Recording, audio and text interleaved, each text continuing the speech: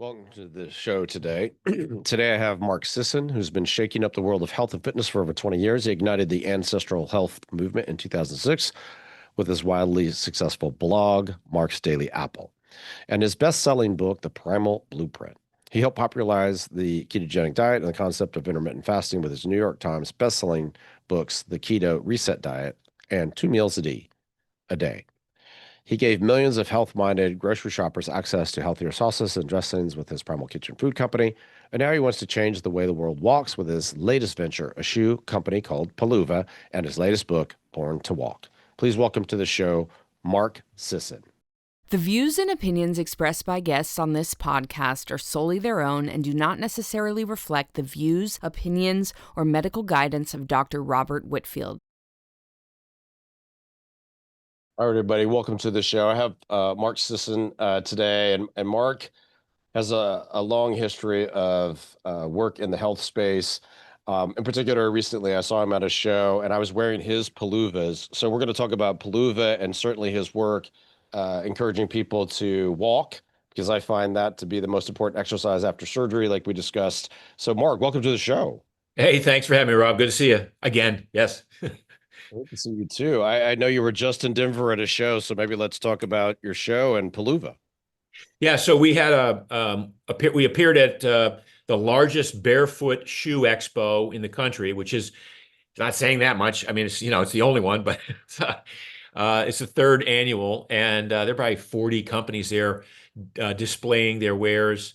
Went from just basic minimalist shoes to five-toed socks to the sorts of training devices that we can use to reclaim health in our feet. But it was all sort of centered around the health of the foot. And it was called the Barefoot Shoe Expo. We had a great presence there. We had a lot of traction we sold shoes. We actually brought a U-Haul truck with 600 pairs of shoes and sold those. But before we started recording, I was telling you, we had an event on Sunday. We invited 35 people on a hike in Denver in the mountains. Not real mountainous, but rolling hills. Beautiful hike, 5 miles. We brought try-on shoes for everybody. So these are 35 people who've never worn PELUVAs before. And I'm thinking, because the organizer of the hike said we're going to do a short hike, it's going to be great, and you can try the PELUVAs. I'm thinking 1.5 miles, 2 miles. It was a 5.2-mile hike. 35 people wearing PELUVAs for the first time. The ATR, which is our all-terrain product. Nobody complained of blisters. Nobody complained of any sort of like new shoe issues. Like I would never go 5 miles running in a brand new pair of running shoes the first day. So this was such a great experiment for us. And we got comments like, "Oh my God, this is amazing. I can feel the ground. My feet actually feel like they're connected with earth. This is foot candy, walking on stones and cobbles and things like that." So it was a really great experience to have all these newbies be trying on these five-toed shoes, which are foreign to most people, and to have such an amazing experience. Yeah, let's go back to that for a minute, because the audience won't, they know that I prefer in my program walking after surgery, because walking is a tremendous exercise that doesn't create a problem with heart rate or blood pressure. It's perfect for what I want after surgery. It doesn't promote any problems with those variations that could lead to bleeding, which is what you want to avoid after surgery. But it's tremendous in terms of its cardiovascular effects. So I've had terrible feet, as I've told Mark. I've had 5 knee surgeries and Achilles surgery. And the thing that I used to live around the Reno Lake Tahoe area, and back when Morel hiking boots were really, really good, those were the most comfortable things I had. And then those fell out of favor, and I've had some Zambranos, but and as Mark knows, I've worn Vibram, which was became popularized in Born to Run, and we've had discussions about PELUVA and Vibram and five-toed shoes. So I got PELUVAs at the behest of actually Michael Bostic and Ben Greenfield and my friend Jeff, and I've really enjoyed having them. I now wear them exclusively in the operating room, which I told Mark, because they're super comfortable for me, because I have to stand and I can't shift around and do a lot. And then I wear them as my daily wear at work as well. So they're meant to let your foot expand. They're not, cramped. And what I'm doing right now is I'm pushing down on my great toe for balance and everything. So I can feel everything. And then I'll just let you take it from there, Mark. Those are my simple kind of nuance. Yeah. Well, just to sort of continue that thread about walking, I had my hip replaced in December, and my entire recovery was just walking. And it was just walking in the appropriate shoes. I have to make a real sort of underline there that just walking is great, but walking in thick, cushioned, elevated, restrictive shoes, not so good, and compromises your foot health and your foot function and your gait and the recovery. So coming back from hip surgery, I either went barefoot in the house, which I did a lot, or I wore the PELUVAs. Now, the idea behind these shoes are that we're trying to recreate a barefoot experience, but in the context of modern civilization and the sorts of surfaces that we have to navigate every day, the concrete, the pavement, the sidewalks, the hardwood floors, the tile, the marble, all those hard surfaces that we step on that our feet did not evolve to walk barefoot on. So while we evolved to walk barefoot, we didn't evolve to walk barefoot on those sorts of surfaces. So my son and I set out 4 years ago to create what we call the optimal shoe, which would allow for the foot to do what the foot wants to do. The foot wants to, first of all, feel the ground. It wants to be informed. The tens of thousands of nerve endings at the bottoms of each foot are there to inform the brain of the tilt, the texture, the temperature of the surface you're walking on, so that by the time you weight that front foot, the brain has all the information it needs on exactly how to organize the kinetic chain in a fashion that most appropriately distributes the forces and the weight. For example, you're stepping on cobblestones on a path. When you weight that front foot, maybe there's a tilt to the cobblestone. Maybe you're standing on it sideways.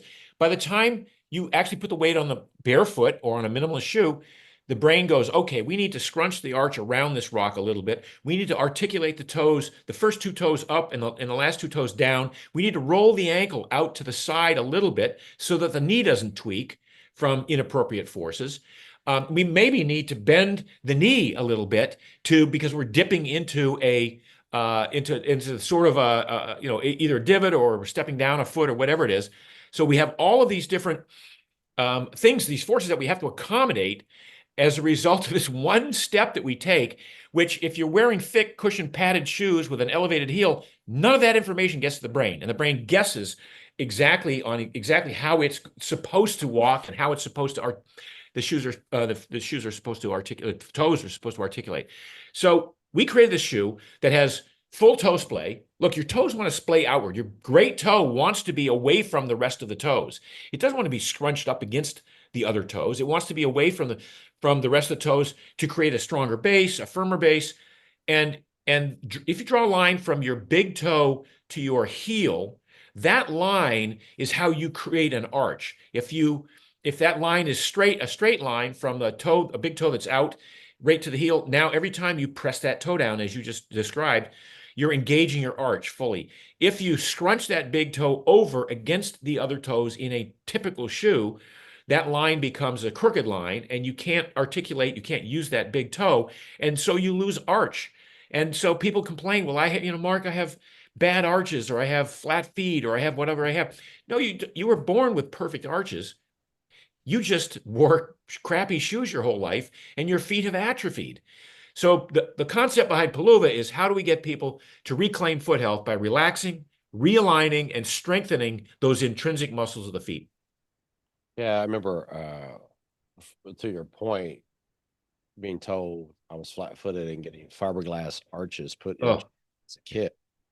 And it really hurt, of course. Now it seems like completely absurd that somebody would do that, but you're talking like the 70s is when I grew up, and yeah.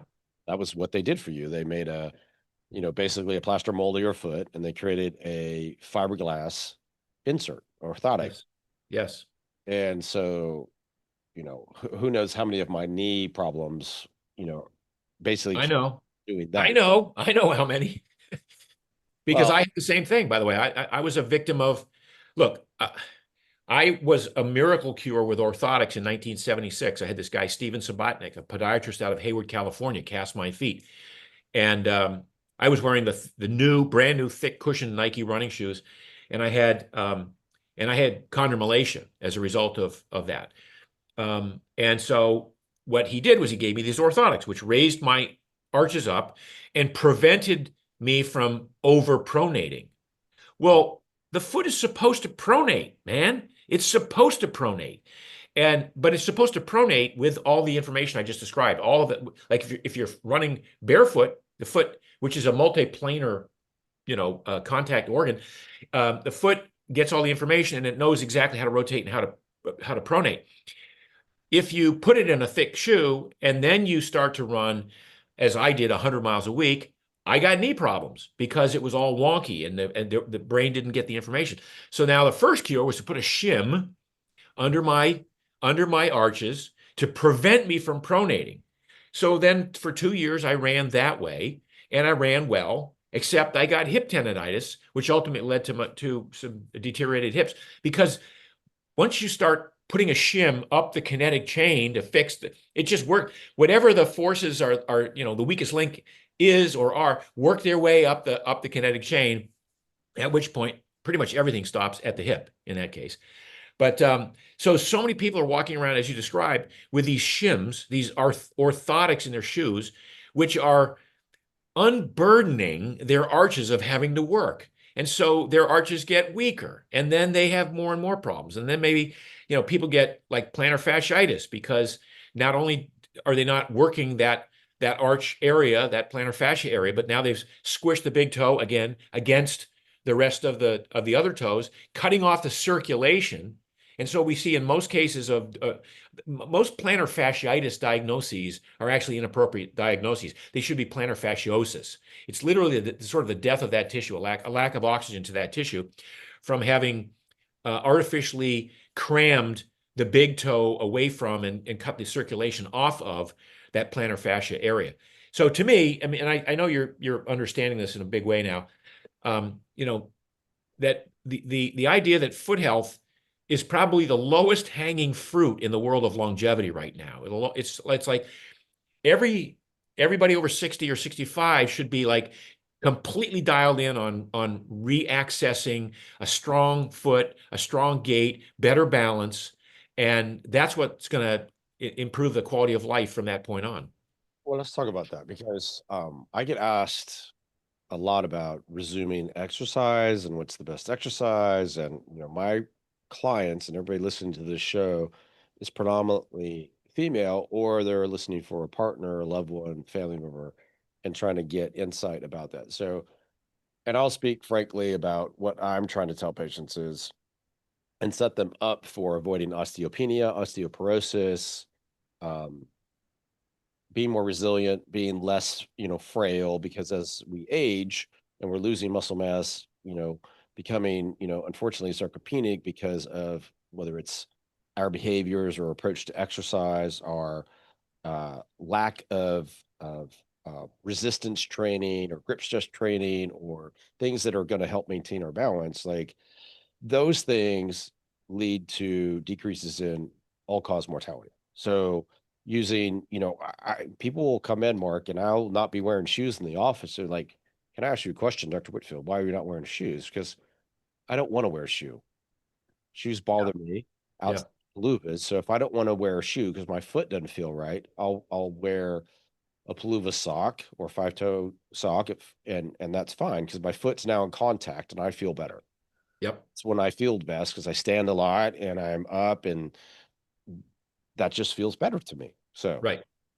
Yeah. So you understand that, and I'm sure you coach your patients that sarcopenia and osteopenia they require weight-bearing activity. The only way to reverse osteoporosis, osteopenia, sarcopenia, the only way to reverse these is through weight-bearing activity. And the best forms of weight-bearing activity require that you plant your feet firmly on the ground. So most women who are dealing with lost bone density issues would be well served to start loading up on some squats or some weighted lunges, jumping. There's a whole series of exercises based around bounding now. The whole trampoline thing. I'm as part of my recovery from hip surgery. I'm climbing up on a chair and jumping off onto the ground and landing. In a way that is, I'm protecting myself when I'm landing. I'm not like jarring landing, but jumping off of things. I mean, these are all these sorts of weight-bearing activities which are necessary to prevent the bone loss and the muscle loss, require strong feet and resilient feet. And one of the first things to go on people who are unable to get to the gym is pain in the foot. They've got bunions, they've got plantar fascia issues, they've got neuromas, they've got loss of feeling in the bottoms of their feet from years of not just bad diet, but the footwear that they've been choosing to use. So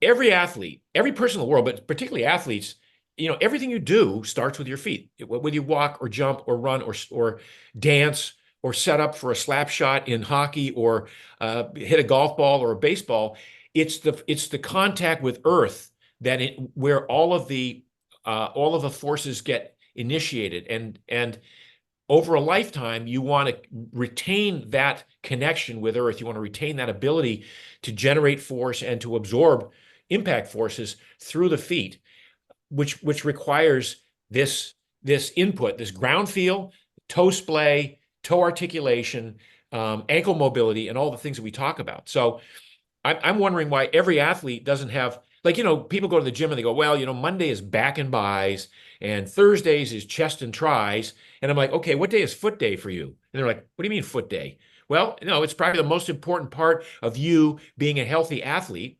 Most athletes deal with high ankle sprains or Achilles ruptures or foot problems. Anything from the hips down is what athletes deal with in terms of injury, and so much of it is related to not just the footwear they're using in the games, but their lack of mobility and lack of strength because they've been taping their feet up or they've been restricting their feet in really tight cleats, and so many injuries could be prevented if these people spent literally just one day a week focusing on foot health. And then I would say, and then spent the rest of the week walking around either barefoot or in PELUVAs. Yeah, I wanted to, go back to and just for an actionable item say, I tell people who come to see us and have surgery and recover with us is to avoid the long-term thing I don't want to see is osteopenia, osteoporosis, sarcopenia, loss of, lean body mass. So, the drugs currently like the GLP-1 agonists, those things currently can do both, some more so than others. So there'll be things coming, they're going to help, but I have to deal with this problem as well all the Yeah, time. that's true. That's true. Yeah.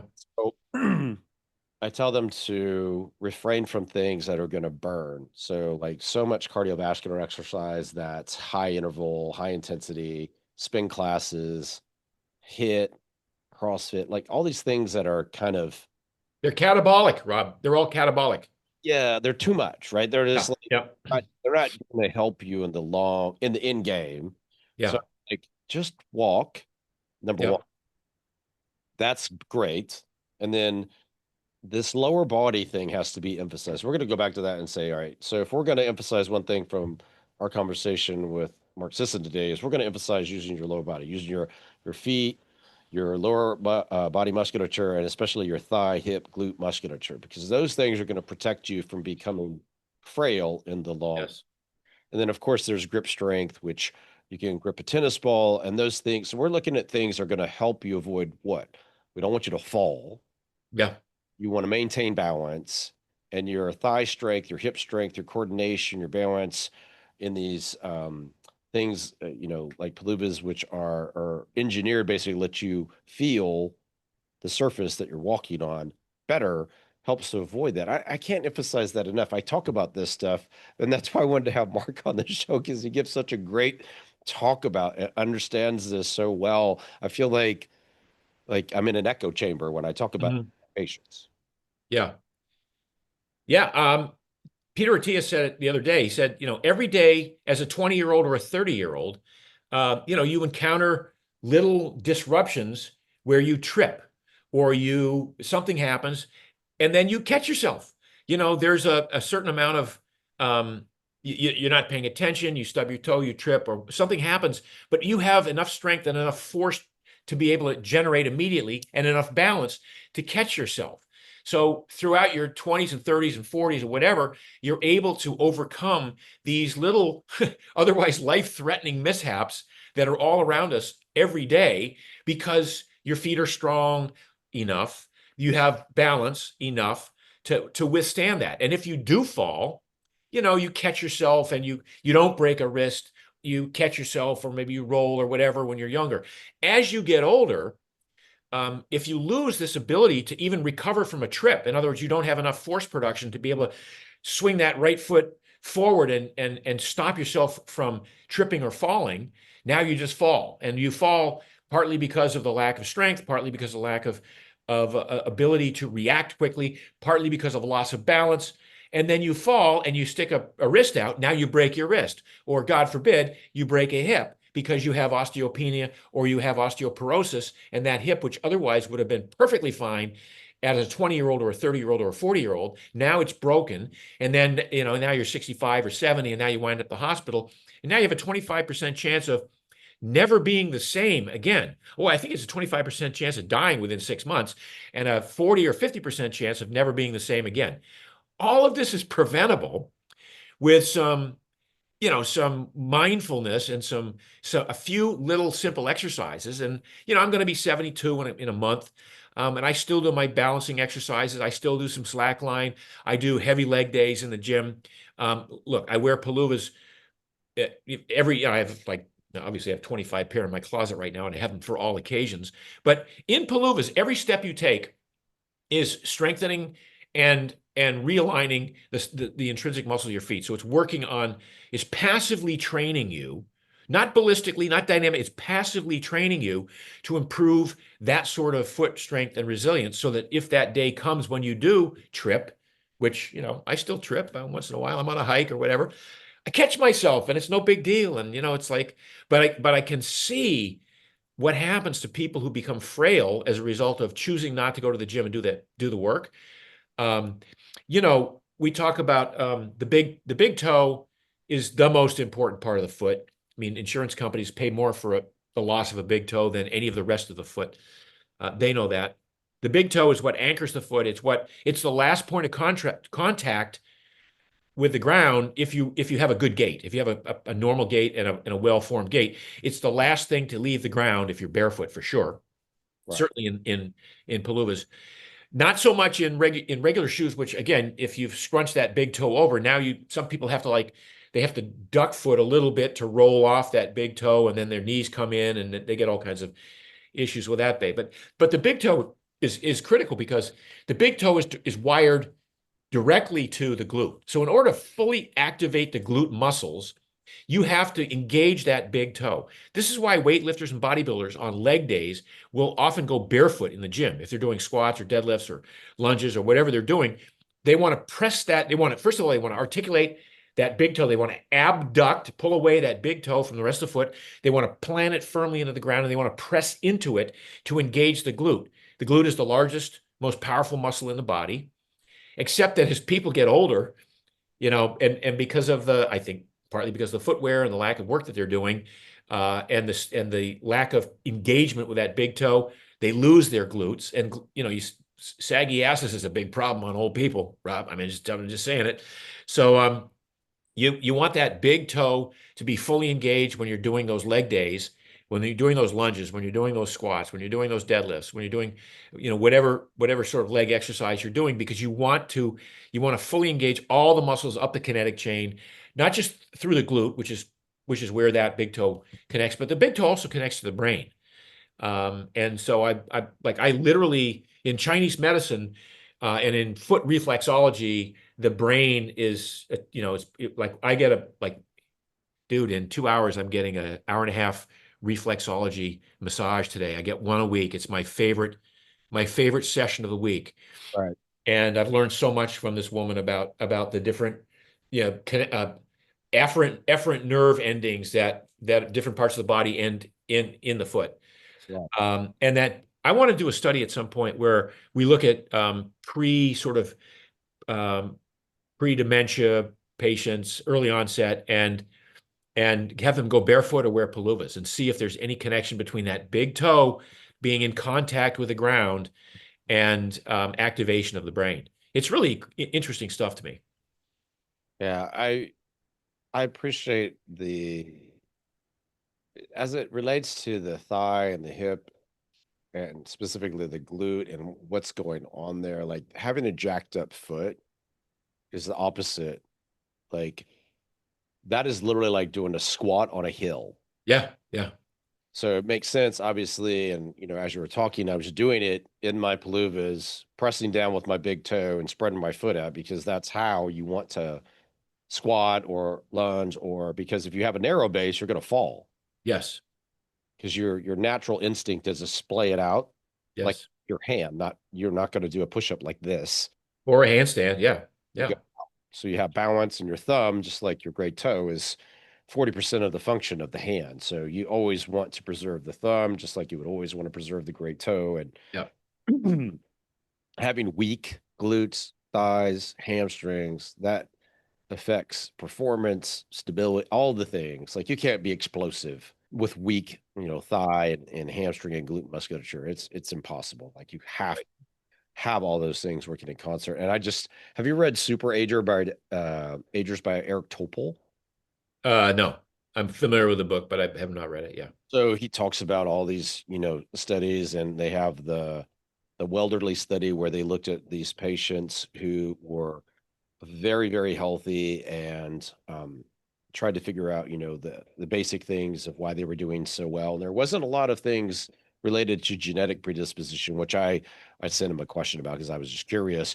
But mostly, like you were talking about, walking, activity, community. We didn't talk about community, but being in isolation is terrible for someone's longevity. yeah. Like maybe speak to about like going for walks and you talk about that a lot. So I just want to make sure you bring that up. One of the lifestyle, um, I would say, excuses people have about walking. When I say that walking is the quintessential human movement, it's the best thing we can do. The more you can walk, the better.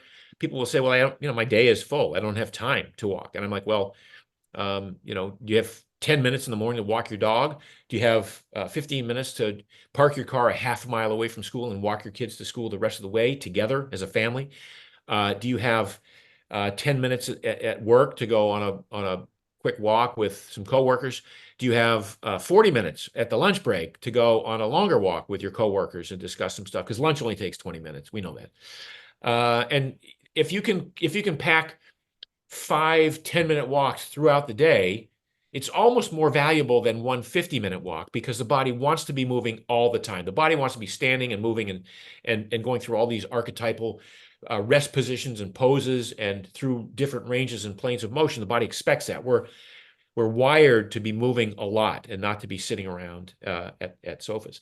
So to the extent that you can do that with other people, then you can multitask. You can not just do the work and enjoy the movement experience without thinking about burning calories, because that's irrelevant, but also the community of it, being able to have conversations with people on a walk. And we're seeing it now. There's a resurgence in run clubs and walk clubs around the country. There's all these sorts of social clubs that are cropping up where people are getting together for the social aspect of an easy run or a walk, because everybody's sort of recognizing that we are too tethered to our devices now. And it's killing us from the inside out. It's making us depressed and morose and unfit. So there are some great ways that we can not only become more fit in a less invasive way. We don't have to struggle and suffer to become fit. There are choices we can make, like walking, like lifting weights twice a week, not 4 days a week or 6 days a week, and then spending a lot of time in community with other people, finding out, ways in which, again, we can kind of hang out together and go for a walk, or go to the gym and do walk on the treadmill. My wife has like 3 girlfriends and she walks on the treadmill when the weather's inclement. And they have a great time. They're like, walking for an hour on a treadmill and they don't even realize the time's running by that fast. Right. I think it's super important. And some folks, and like I can be like very um caught up in work and do things for hours at a time and not have that community. Other people get very, very, as we learned from the pandemic, their mental health suffers greatly when they're isolated. And so being in community, going for the walk, like you're saying, inclement weather, or do the on the treadmill. The other thing I wanted to say is, and I want to make sure we touch on this. I think this is a crucial thing, and I spoke to you about it for my occupation, because I would have to stand and operate for long periods of time and not be able to do anything because of, from a small, circumference of area, basically, where I was operating. I couldn't change and shift and do much. And I find that wearing the PELUVAs in the operating room has helped me in terms of, I always liken it to foot fatigue, because your feedback mechanism has been, it's wondering like, what are you doing? Yes. A lot of times I will, like many surgeons, will shift and stay on one leg, like we're, doing some flamingo dance nonsense, or, you know, not really be conscious of what's going on with your lower body. And I find that wearing PELUVAs in the operating room has helped me not have as much fatigue along my foot and perineals all the way up the chain, if you will. So maybe kind of speak to that, because I feel like that's an underappreciated thing in healthcare workers, because they've been taught to wear stupid things like Crocs and clogs. And Yes. those Skechers and thick Hokas and all that stuff. Yeah. things all for your feet. Well, on first pass, you go, well, that makes sense. They're wearing pillows, they're wearing cushions on their feet. So if they're on their feet all day on concrete, that makes a little bit of sense. But what they don't, if you understand how the foot works and you understand that the big toe wants to splay outwardly, all the toes want to splay, but the big toe wants to be abducted away. If you understand the concept of ground feel, if you understand that by standing on an elevated heel, which most of these shoes have an elevated heel, usually it's anywhere from 1/2 an inch to 1.25 inches above the level of the metatarsal heads, the lower toes, that shortens the calf muscle. And over a series of days or weeks or months or years, the calf muscle gets shortened. It just never fully elongates down. The calf is supposed to come the heel is supposed to come all the way down and touch the ground. Like if you're barefoot, your heel is touching the ground and your metatarsal heads are touching the ground and your toes are touching the ground. And that's what we call a zero drop. Well, all of a sudden you elevate that heel 1 inch, and you can imagine that the calf muscles shorten, which then puts a strain over time on the Achilles, because the Achilles can't, the Achilles, it doesn't stretch that much. The calf muscle is what stretches. And so now you're pulling on the Achilles, and it may manifest itself in an Achilles tension or tendinosis. It may wrap around underneath the foot and become a plantar fascial issue. Just because you think you're wearing these cloud shoes all day, but all manner of weird things are happening in your feet. Now, in your case, and I bragged about you because I'm saying, here's a guy who's doing hours of fine motor skills standing in one place, but because his toe is just the fact that your big toe is splayed outward and now you have a stronger base to stand on, it's going to all of that input rolling up into your knee, even when you shift positions, because you have the ground feel, you're feeling the ground underneath, you have the toe articulation and the toe splay. You're not going to get wonky knees from this. Your hips aren't going to give out. Your lower back isn't going to give out. And with the shoe that you're wearing, which is the Napa, as I recall, it's still only like 12 millimeters total stack height. Well, what that means is there's just enough cushion there. So it's not like it's a minimalist shoe. It's not like it's a Vibram 5 fingers with 3 millimeters of hard rubber between you and the concrete. No, we've put 4 or 5 millimeters of a soft EVA cushion. Again, it's not that thick. What we did, we wanted to create the sensation of walking barefoot on a putting green, right? So when you're walking on concrete, we wanted to sort of feel like, oh yeah, this feels like it would the same level of pressure if I were walking barefoot on a golf putting green. And so in your case, I think, the only thing I'd add to you is I'd get a pebble mat right? I'd get some sort of a little bit of a pebbly mat to stand on while you're doing that. And so it just gives you a little bit of a more surface input into the bottoms of your feet. You can still stand there. I had a stand-up desk in Malibu. I was one of the first guys to have a stand-up desk going back almost 15 years now. And I had a pebble. I would sit at it barefoot or stand at it barefoot on a pebble mat. And it was really cool. I could, you get these little, We've used fatigue mats, but the opposite to give us more cushion, because yeah. that is something that it has its heart in the right direction, but its thought process is flawed. No, I mean, but that's the same as the soft, pillowy cloud shoes, right? It's an interesting concept that makes sense at first blush, but if you look at the body as a unit and the entire posterior kinetic chain, which starts at the bottoms of the feet, goes all the way up to the neck, and now you start to think that you're bypassing some of that important haptic sensory input in the name of short-term comfort, but it's compromising the musculature and the lengthening and shortening of muscles and I mean, now we're talking about fascia. Now we're talking about tendons and ligaments. We're talking about cartilage. We're talking about all these different component parts of that kinetic chain that do get affected when you simply bypass that that important sensory connection,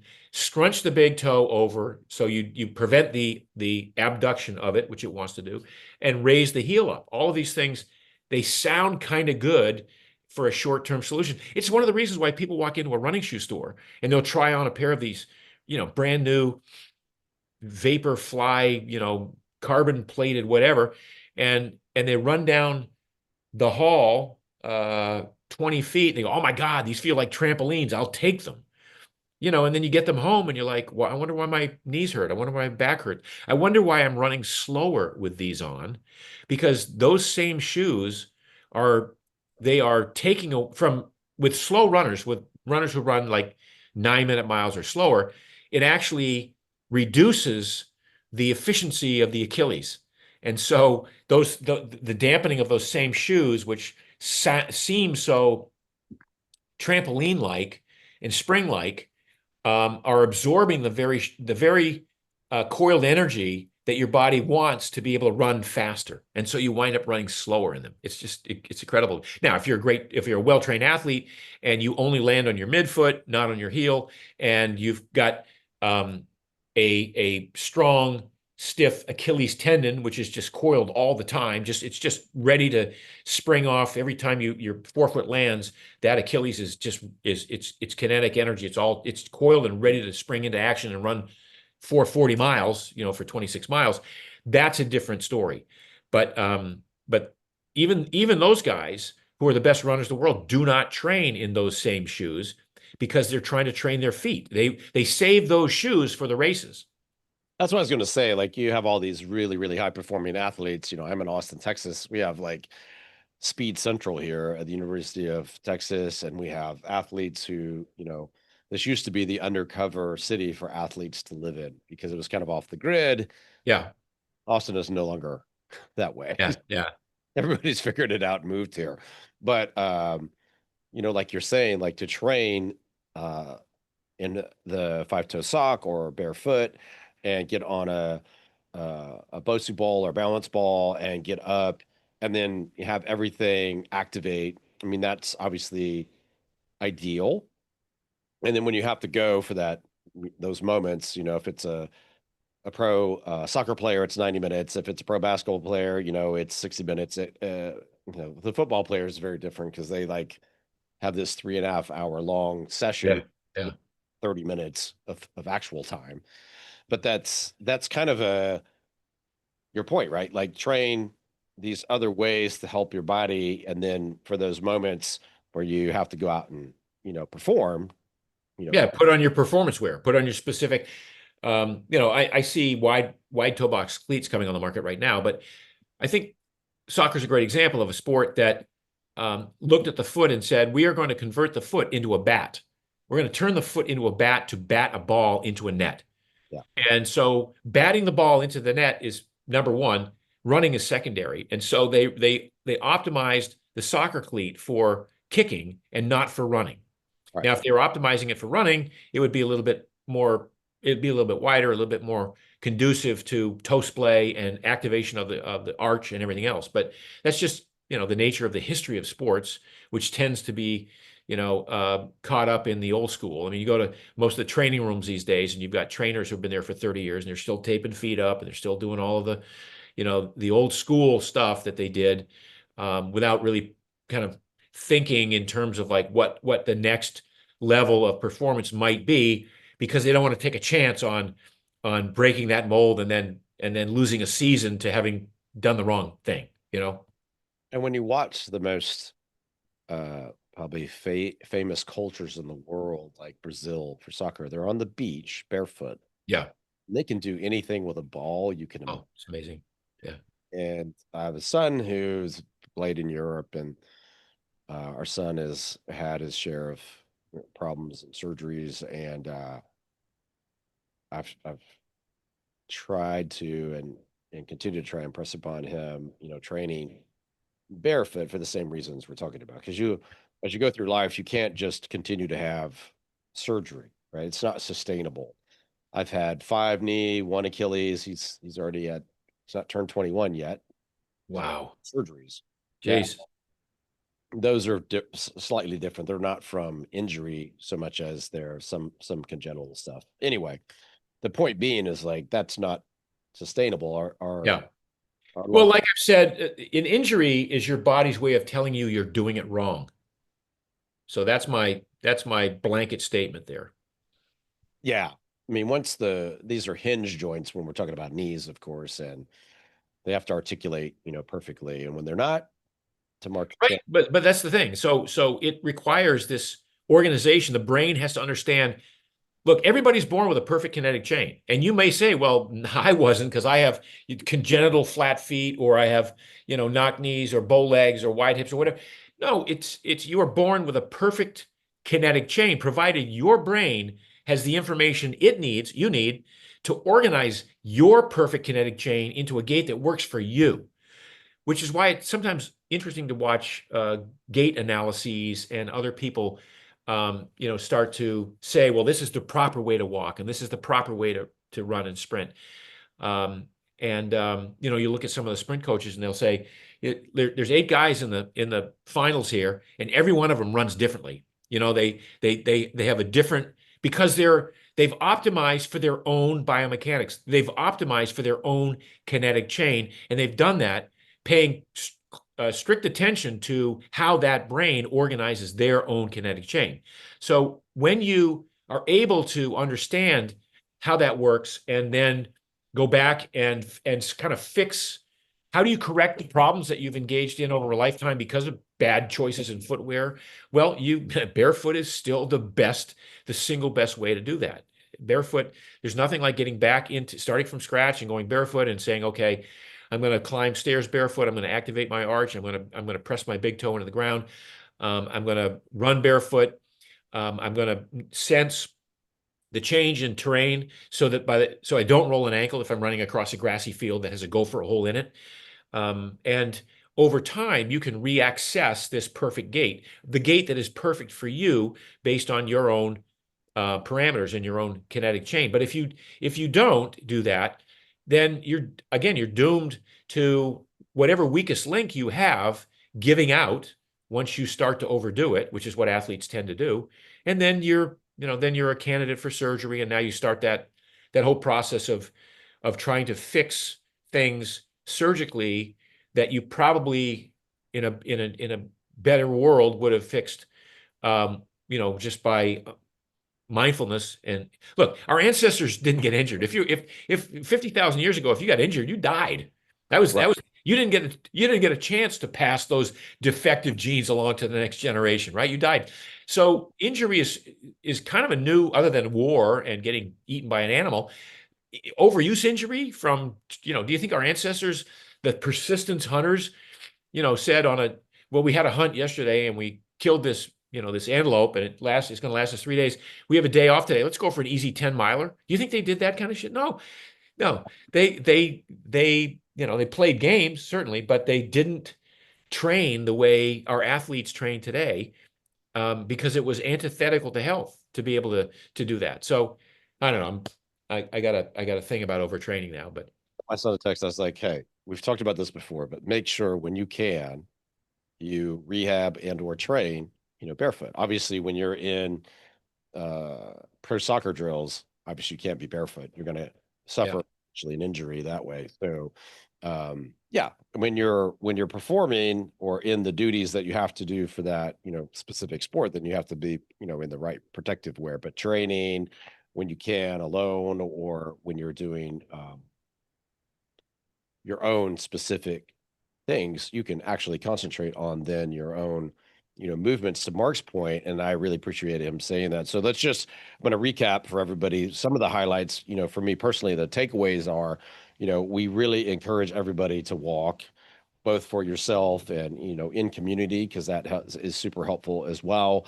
And then we encourage certainly training in a five toe, sock, a five toe shoe like PELUVA, and really work on your strength of your thigh and hip musculature, your lower leg musculature, because those are the things that are going to protect you from becoming frail, increase resilience, and that's best, for longevity. So I want to thank Mark for coming on the show. Mark, where can they find and learn more about PELUVA? So it's peluva.com, peluva.com. That's our site. And we have, 7 different men's styles and 6 different women's styles and all kinds of colors and things. And I highly encourage that. On Instagram, we're Wear PELUVA, WEAR PELUVA, Wear PELUVA. And then I'm on Instagram as Mark Sisson Primal. And I post something 3 or 4 times a week there. And yeah, appreciate the chance to chat today. Awesome. Thanks for hopping on, and we'll put all this in the show notes as well. Great.